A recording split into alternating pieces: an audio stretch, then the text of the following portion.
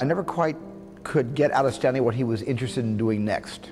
You know, we talk about our family, we talk about books we had both read, we talk about American movies, which he loved us to talk about. But, you know, he blindsided me one day. He said, I'm working on a project. You ever hear a short story called Super Toys Last All Summer Long? And of course, how can you forget a title like that? And I said, no, never heard of that. He said, you ever hear of a science fiction writer named Brian Aldiss? And I had to confess I had not. And he said, well, he wrote this 7-page short story, and would you like to read it? I'm thinking about making it into a movie. And he sent me out these 7 pages, and I read them and called him back the next day, and we talked about him for 3 or 4 hours on the phone. He was just draining my brain, just picking my brain. Where do you think that story could go? Who do you think these characters are? He was going on, and then I said, Stanley, are you really going to tell the story?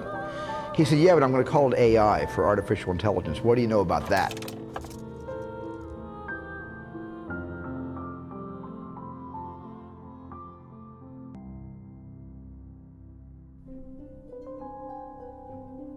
During the preparations of AI, we ran a bit into trouble. Using a boy actor, since Stanley took a long time to shoot, the boy would change. Yeah, at that age, you change in a year, so we couldn't do that. He offered to Steven Spielberg to please direct the film and he would produce it. It would have been something new and exciting for him. He felt that it was more Steven's film than his own. And of course, as far as AI, when Stanley got the story and worked on it, he immediately said, it's really a Steven story. He wanted to make it, but he felt it technically, and it was true, he couldn't make it technically. He hated the idea of it not being perfect, all these computer shots. He said, I have something to talk to you about, but I don't want to do it over the telephone. Can you come to my home? And I was here, where we're speaking right now. I was right here on Long Island. And I said, when would you like me to fly out there? He said, well, today if possible. He showed me all the storyboards. He had done almost 1,000 storyboards with he and Chris Baker, who goes under the pen name Fangora. When Stanley passed away, his widow contacted Steven and basically said, you know, this film will never see the light of day unless you make it. And it was just like a gift had fallen in Steven's lap. And I said yes, first because it was a wonderful story, and second because it was a way for me to honor Stanley. And we basically, from that point forward, any other project went on the back burner, and we were all about making artificial intelligence. I picked up the telephone, called Tom Cruise. I said, Tom, you know, this movie we're supposed to be making in about 6 months called Minority Report. Can you wait 1.5 years, do you think? And he said, why? What's the matter? What's happening? And I told him, I said, Christiana and Jan want me to do AI, and if I'm going to do it, I have to do it immediately. I just need for myself to do it now. And Tom immediately said, don't even think about it. Just do it. I'll wait as long as you want. It embodied many of the things that he had explored with, obviously, E.T. and Close Encounters. But I think this, in many, many ways, takes Steven several more steps, because Stanley Kubrick is bringing something to this project. And Steven wanted to embrace that and pay homage to that.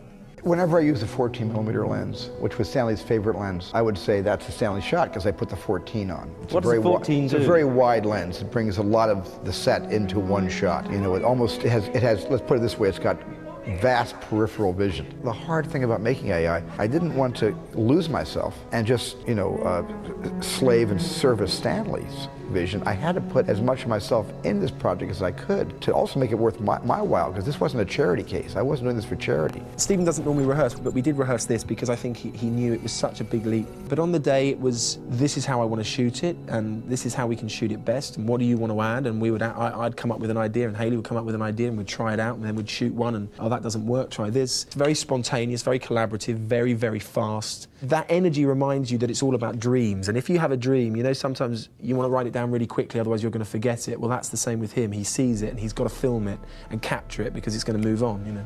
I've done a lot of writing that I haven't taken credit for in the intervening years between Close Encounters, Poltergeist, and now.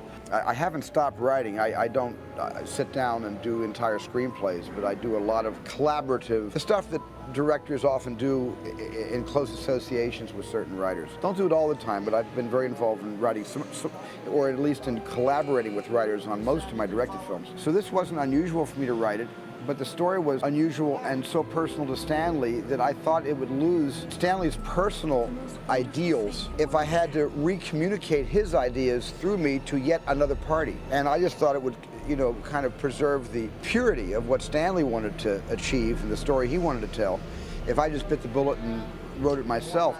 I sort of learned a long time ago to be careful about detailing what motivates me to tell a story as if it's some tremendous thought process. It takes years to figure out first emotionally and internally, and then to be able to turn around and tell you the story that I worked so hard to figure out whether I wanted to tell at all. And I realized that it's all the decisions I make about the stories I tell are intuitive decisions. I either spark their story or I don't. And in this case, when Stanley first told me about AI and let me read The Treatment in 1984, I immediately said to Stanley, this is the best story you've ever had to tell.